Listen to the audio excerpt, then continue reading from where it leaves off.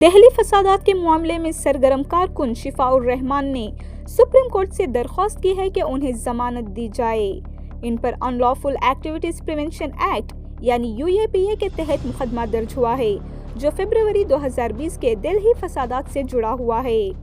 Supreme court میں سماعت کے دوران شفاء الرحمان کے وکیل نے کہا کہ ان کے خلاف کوئی بھی ثبوت موجود نہیں ہے اور انویسٹیگیٹنگ ایجنسی نے انہیں بلا وجہ اس کیس میں شامل کیا ہے۔ وکیل کا کہنا تھا کہ شفاء الرحمان کو چن کر نشانہ بنایا گیا ہے، حالانکہ ان کا کسی بھی تشدد یا سازش سے کوئی تعلق نہیں ہے۔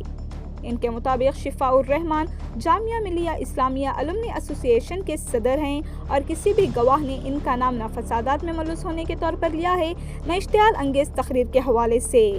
انہیں پہلے نومبر 2023 اور نومبر 2024 میں عبوری ضمانت مل چکی ہے اور فی الحال ان کے خلاف کوئی دوسرا فوجداری مقدمہ نہیں ہے۔ وکیل نے عدالت کو بتایا کہ استغاثہ پورا کیس صرف اس بات پر مبنی ہے کہ وہ چند میٹنگز میں شریک ہوئے تھے جن میں کسی غیر قانونی سرگرمی کا ذکر نہیں ہے۔ یہ بھی بتایا گیا کہ شفاء الرحمان، عمر خالد، شرجیل امام، گلفشاں فاطمہ اور میرن حیدر سمیت کئی کارکنوں پر الزام لگایا گیا ہے کہ وہ 2020 کے نارتھ ایسٹ دہلی فسادات کے ماسٹر مائنڈز تھے۔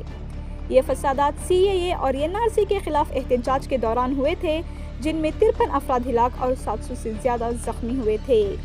سماعت کے دوران سپریم کورٹ کے جج جسٹس اروند کمار اور جسٹس سینوی انچاریہ کے بینچ نے شفاء الرحمان، میرن حیدر اور محمد سلیم سمیت دیگر ملزمان کی ضمانت کی درخواستیں سنی اور کیس کی اگلی سماعت 6 نومبر کے لیے مقرر کی گئی۔ اسی دوران سینئر ایڈوکیٹ کپل سبل، جو عمر خالد کی نمائندگی کر رہے ہیں، انہوں نے عدالت کو بتایا کہ دہلی فسادات سے متعلق 116 مقدمات میں سے 97 مقدمات میں ملزمان کو بری کر دیا گیا ہے، جبکہ 17 مقدمات میں عدالتوں نے شواہد کو جعلی قرار دیا ہے۔